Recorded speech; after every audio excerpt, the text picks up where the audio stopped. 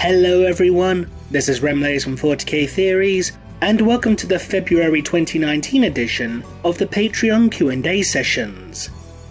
As always, if you would like your questions answered, then click the link in the video description below and help support the channel by becoming a patron.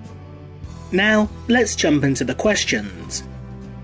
Diego Flores asks, do you believe that it is feasible for Book 3 of Vigilus to have an open ending letting the local stores make their own narrative based on the results of their campaign, making every store have their own narrative, or is GW afraid to do that? I can't see GW allowing that. I think they would probably prefer having a definitive set-in-stone ending. Heather Gochioso asks, would more stories in the vein of Ghost Halls or Armour of Fate be a good thing in your view? By stories in the vein of, I assume you mean smaller stories to flesh out certain details of lore, in which case yes, I'm all for it. Ulbrich asks, going off my question about Wraithbone, how are the Noise Marines manipulating it? By singing to it, essentially. Voice of the Emperor asks, would you consider having Luton 09 on an episode of Adeptus Podcastus? Never say never. Brent Feast asks, is there any chance that a human psyker of the Diggers could tap into the psychic energies of the Bois? Probably not anymore, considering that apparently the Diggers are all extinct. I've yet to see an actual source stating this, but apparently Angelus was purged of all life by the Necrons. Could the link between Blood Angels and Necrons possibly have originally been GW testing the waters for bringing something like Age of Sigmar's Death faction into 40k, by having 40k Vampire Counts and 40k Tomb Kings working together? Honestly, I think that's just a coincidence more than anything else. How has Fabius Bile managed to avoid Slaanesh corruption despite literally inventing Noise Marines? By being an atheist. It's worth noting that Fabius Bile literally looked upon the face of the Chaos Gods and was like, yeah, that's not real, that's not real. As a god of the dead, wouldn't it seem like Iniad is more a natural rival to Nurgle, referred to by the traitor legions as the god of life and death, rather than Slaanesh? Well, the reason why Iniad is Slaanesh's rival is because Slaanesh is the doom of the Eldari and Iniad is the salvation of the Eldari. As far as I'm aware, that's literally the reason. If Games Workshop ever decided to bring back the Squats as a tabletop faction, how would you go about explaining it in lore?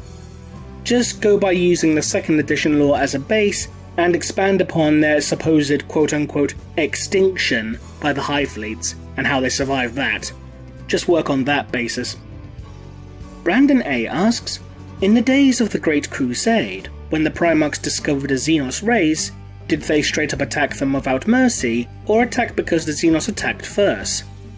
Essentially, if the world belonged to humanity, then the Xenos race was purged. If the race was dangerous, it was purged. If they weren't dangerous, they were just essentially quarantined and blocked off. That's how I remember it, at least. I could be wrong.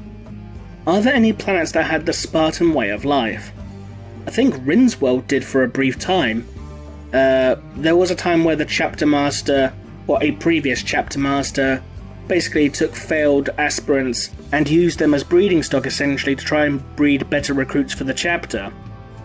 Kaiba asks, do you think the temporal doppelgangers of the White Scar's 4th Brotherhood will run into each other in the Webway, since that Farseer from Iyanden screwed with time? It depends if the ones who aren't the doppelgangers actually bother to go into the Webway. Unless that happens, I doubt they'll meet. Zero Hits asks, if Cybertron and the Transformers race were to exist within 40k, do you think they could survive or even compete within that universe? Depending on continuity, yeah, they could survive and possibly even prosper. I know in the IDW continuity there's 13 colony worlds, so technically the Cybertronians have an empire. They've got extremely devastating weaponry, they've got robots the size of buildings, which can compete on the level of Titans. They're great for infiltration thanks to the transformation process, they can disguise themselves as a variety of vehicles from other races. Yeah, I think they could compete. Kenneth asks, what if another Space Marine Legion had come into contact with the Interrex? Would the Horus Heresy have been different or not even start at all? that would best be suited as a topic for another video. Adilzia asks, what would be the cost and process of the Emperor gaining back his humanity? Say he figures out how to keep the Golden Throne going while at it. By gaining back his humanity, I assume you mean restoring him to life. It would be extremely costly. As for the cost, I'm not sure of the exact cost because no one's ever tried bringing the Emperor back in that way. It depends if you're going through the Divine Avatar route or not. It depends if you want to go for the Keys of Hell option, for example. It's... This question's way too deep to actually answer in this video, I'm afraid. This actually deserves a topic for a future video as well, I'm afraid. The Evil Scotsman asks, what if the Tyranids are being driven or even fleeing from an even scarier Xenos? That's not happening. The epilogue to Pharos explicitly states why they're coming, and it's because Barabas Antioch overloaded the Pharos beacon, delivering a massive surge of psychic energy, which the Hive Fleet saw and turned towards.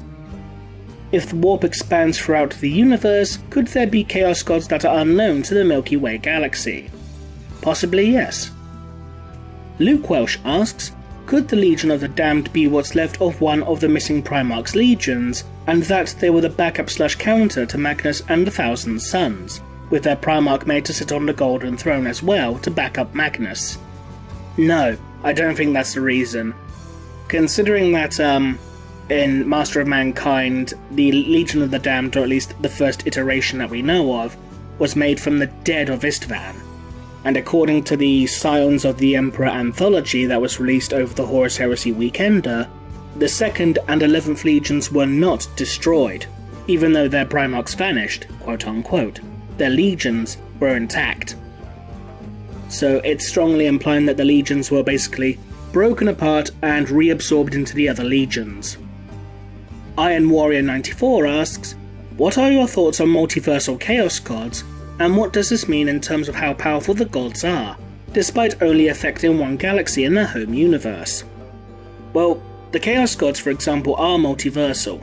At least the 4 main Chaos Gods are multiversal, and they've been shown to affect multiple universes, so...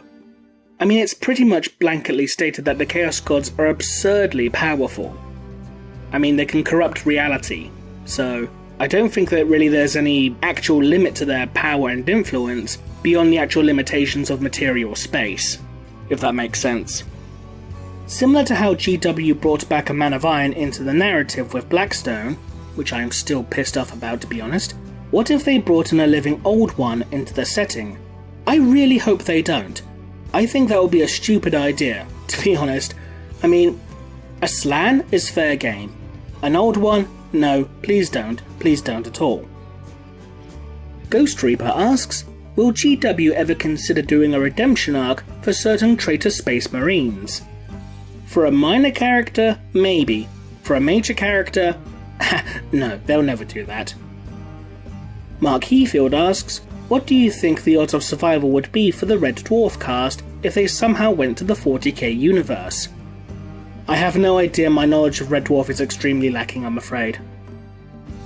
And finally, Wolf of England asks, would you ever consider doing a video highlighting both traitors from Loyalist Legions and Loyalists from Traitor Legions, and comparing any similarities or lack thereof?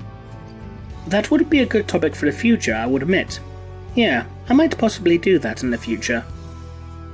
And that concludes this edition of the Patreon Q&A sessions. As stated earlier, if you want your questions answered, then click the link in the video description below and help support the channel by becoming a patron.